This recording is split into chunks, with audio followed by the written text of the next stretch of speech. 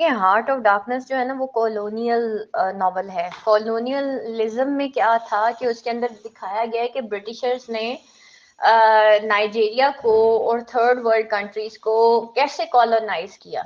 ठीक है, किन बेसिस पे कॉलोनाइज किया। ऑब्वियसली अगर वो जाते किसी भी टेरिटरी पे तो उनको किस तरीके से इजाजत मिलती कि कोई भी मुल्क उनके लिए अपने बॉर्डर्स ओपन कर दे और उनको अपने वहां पे जगह दे दे। तो उन्होंने इम्पीरियलिज्म का जो है वो लिया एक जैसे कहना चाहिए एक एज अ टूल उन्होंने यूज किया। और उन्होंने बहबूद के नाम पे थर्ड वर्ल्ड कंट्रीज का जो है ना वो रुख किया। और उनका पीछे उनके क्या मकासद थे, सिंपली ये था कि वो ये चाहते थे कि हमें चीप लेबर मिल जाए, चीप लैंड मिल जाए और रॉ मटेरियल मिल जाए। यानी कि ये एडवर्ड साइड ने भी कहा था कि west were hungry for cheap labour, raw material and land.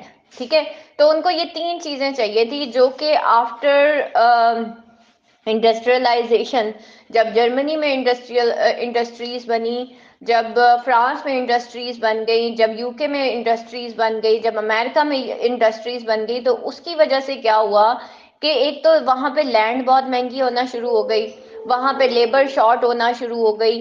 तो उसकी वजह से अब उनको चीप लेबर, रॉ मटेरियल और लैंड चाहिए थी। सेकेंडली, जो ब्लैक डेथ थी जिसमें ताउन की बीमारी फैल गई थी, उसकी वजह से क्या हुआ था कि वो जो बाकी रही सही लेबर क्लास थी वो भी मर गई थी। कहते हैं कि इंग्लैंड के अंदर आ, अच्छे खासे मतलब तकरीबन 70% जो है ना वो लेबर्स जो है उनकी डेथ हो चुकी थी। तो इसलिए वहां पे लेबर क्लास की वैसी शॉर्टेज हो गई थी। तो जो पीछे रहे सहे लेबर्स थे उन्होंने फिर अपनी वेजेस ज्यादा कर दी थी। तो इस वजह से उनको वो महंगा पड़ा था। तो अब बात आ रही थी रॉ मटेरियल की। रॉ मटेरियल तो था नहीं।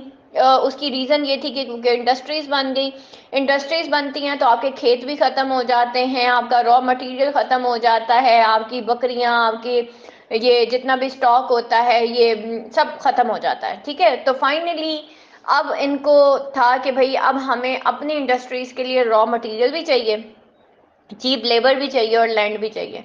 अब इन्होंने थर्ड वर्ल्ड कंट्रीज का ये कह के जो है वो एक दौरा करना शुरू किया और उन्होंने उसका रुख किया कि हमें वहां पे क्या मिलेगा। ये तीनों चीजें मिल रही हैं।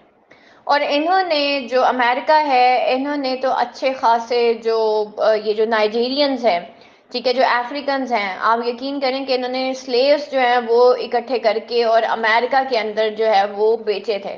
ठीक है, अमेरिका के अंदर ये लेके आए थे और उन्होंने उनकी इंडस्ट्रीज चलाई थी। इसी वजह से अमेरिका के अंदर अभी भी व्हाइट्स एंड ब्लैक्स का एक डिस्प्यूट है जो आपको नजर आता होगा।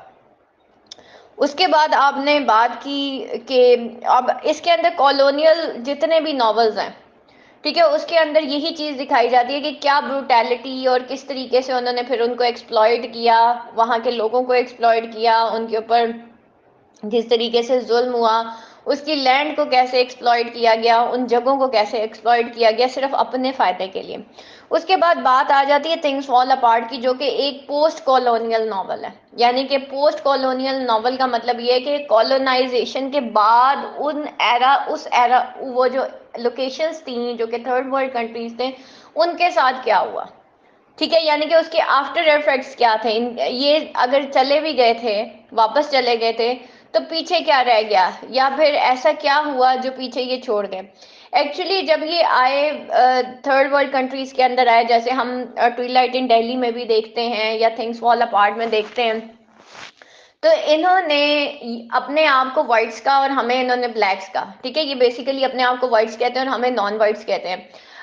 इनका ये क्लेम है कि जो इनका कल्चर है that is much more stronger then your culture. यानी कि थर्ड वर्ल्ड कंट्रीज जितने भी हैं, क्योंकि वो गरीब हैं, उधर इंडस्ट्रीज नहीं है, वेल डेवलप नहीं है, तो ये कहते हैं क्योंकि तुम्हारा कल्चर जो है ना वो वीक है, इस वजह से तुम तरक्की नहीं कर पाते। तो फाइनली इन्होंने सबसे पहले जो एक हाथ रखा वो कल्चर के ऊपर रखा। मुसलमानों की सरजमीन पे आए तो मुसलमानों का कल्चर तबाह कर दिया इन्होंने। हमें भी यही कहा कि देखो तुम जो मुसलमान हो तुम लोग एक वीक कल्चर से ताल्लुक रखते हो। या अफ्रीका में गए, अफ्रीकन को भी इन्होंने यही कहा कि तुम एक वीक कल्चर से ताल्लुक रखते हो। तो हमारा एजुकेशनल सिस्टम के थ्रू और जो एक अदालती निज़ाम जो है उसके थ्रू इन्होंने क्या किया कि सारा ब्रिटिश एक निज़ाम कायम कर दिया ताकि लोगों के माइंड्स को मैनिपुलेट किया जा सके। उसकी वजह से क्या हुआ कि जो पुरानी जनरेशन थी वो तो अपने रिलीजन के साथ स्टक थी। जैसे आप देखें ना, हमारे बूढ़े लोग जो हैं वो फिर नमाज़ें वग़ैरह पढ़ लेते हैं, लेकिन जो न्यू जनरेशन है वो टोटली अंग्रेज़ों को कॉपी करने की कोशिश करती है। वो क्यों करती है? वो इस वज़ह से करती है कि भई इन्होंने तो हमें हमारा कल्चर ही वीक करके दिखा दिया। अब हम उनकी लैंग्वेज क्यों सीखते हैं? आप खुद सोचें ना। हम इसलिए उनकी लैंग्वेज सीखते हैं, हम इसलिए नहीं सीखते कि हमने कोई इंग्लिश में जाके कोई तबलीग करनी है या कुछ इस तरह। वैसे मैं इस चीज़ के बिल्कुल खिलाफ नहीं हूँ कि हमें इंग्लिश नहीं सीखनी चाहिए, हमें ज़रूर इंटरनेशनल लैंग्वेजेस सीखनी चाहिए, इसके बहुत आगे फ़ायदे भी होते हैं। लेकिन द थिंग इज़, जब एक लैंग्वेज किसी भी मुआशरे में आती है तो वो अपने साथ अपना कल्चर भी लेके आती है। तो हम उर्दू से ज़्यादा क्यों इंग्लिश को इतना ज़्यादा एक इम्पोर्टेंस देते हैं? क्योंकि हमें लगता है अंग्रेज़ हमसे ज़्यादा बेहतर है। ठीक है, इस वजह से हम उन्हीं जैसों के कपड़े, उन्हीं की तरीके की बोल-चाल, उन्हीं वही तरीका सारा हम वो करने की कोशिश करते हैं। हालाँकि बेसिकली क्या है, हम उनको क्यों आइडियलाइज़ करते हैं? क्योंकि हमें लगता है क्योंकि वो इंडस्ट्रियलाइज़्ड कंट्रीज़ हैं, वो वेल डेवलप्ड कंट्रीज़ हैं इधर, इसलिए वहाँ पे सब कुछ अच्छा है, हालाँकि ऐसा नहीं है।